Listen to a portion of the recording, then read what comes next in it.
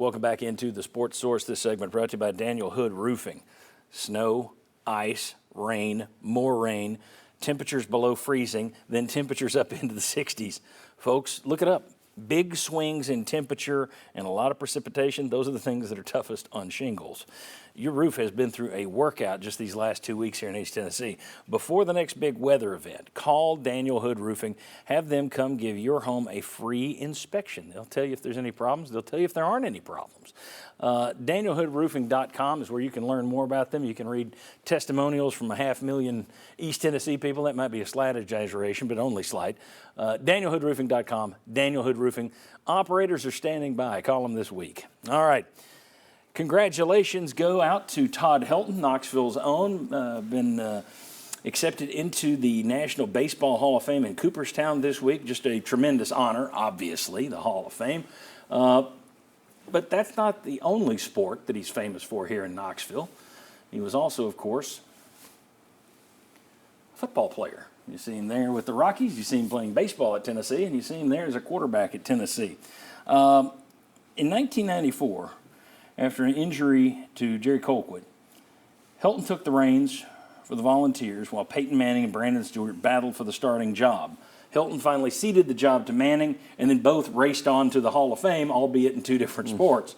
Bob, we talked about it this week. We actually did a little research. We wanted to see, and it's a hard one to prove, but we wanted to see how many quarterback rooms, meaning a 4 or 5 year class, at any school across the country produced multiple Hall of Famers. And you thought Stabler, Namath, it was close. I thought that was the one that came to my mind, and they did not cross paths down in Alabama. No, they were a couple of years apart. There are no schools. I was thinking Southern Cal, Ohio State, Notre Dame. No one's done it. Now, I then went and looked, what about baseball? Somebody making football and baseball like Todd Helton. The only one I saw, I mean, Chris Winkie played baseball. You've had other guys play baseball, but not to the level that Todd Helton making the Hall of Fame. So, Bob, is this it was 1994, the greatest quarterback room in the history of sports? I tell you what, Peyton Manning is in that top 3 or 4 of greatest quarterbacks of all time in the NFL.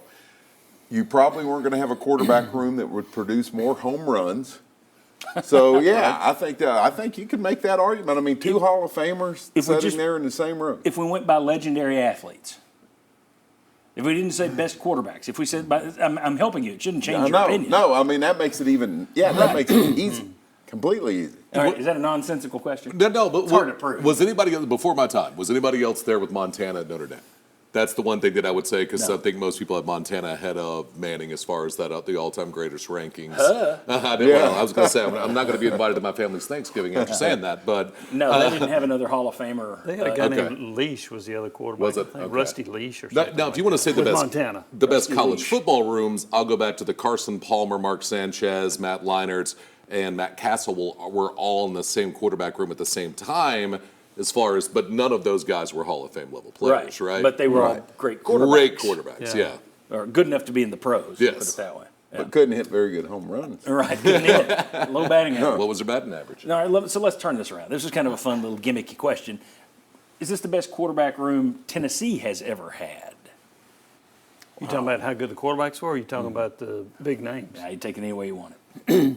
Surely, when Sterling Hinton was at Tennessee, his quarterback room with Andy Kelly and Steve Matthews. Jeff Francis would have been there, I think he was behind Francis.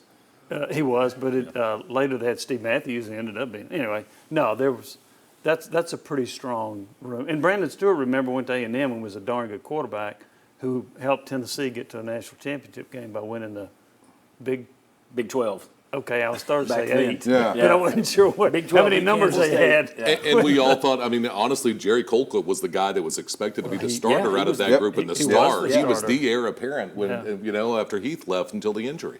Well, here's the thing, too. Is Helton the only player ever from Knoxville to be in any Hall of Fame? Oh, that's a good question. Well, from Knoxville.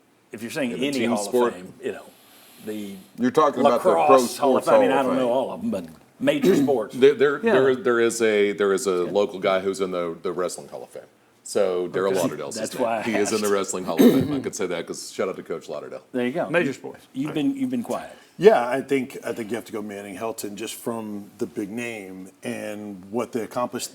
You can't separate for a lot of fans the college versus what you already have seen and witnessed as professionals as well. So I would go with that room. I was trying to think of another room, Tennessee room, that would have had multiple pro players in it. You had Schuler, and he was gone by the time Manning got here.